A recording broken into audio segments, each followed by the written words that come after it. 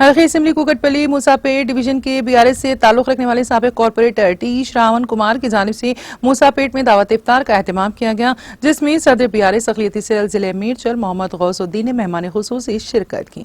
दावत इफ्तार में मुकामी अहम सियासी कायदीन और रोजेदारों की कसीर तादाद ने शिरकत की।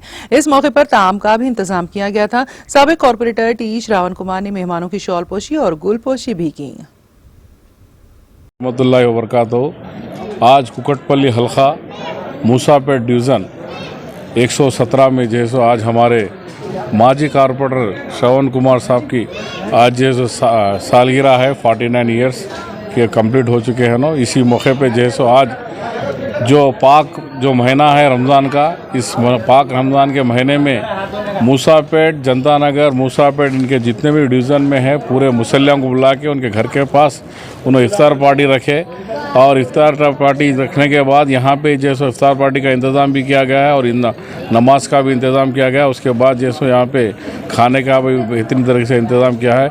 माशाल्लाह बहुत अच्छी बात है और अल्लाह ताला इसी तरह इनको हमेशा हर साल इसी तरह खुशियों से मनाए।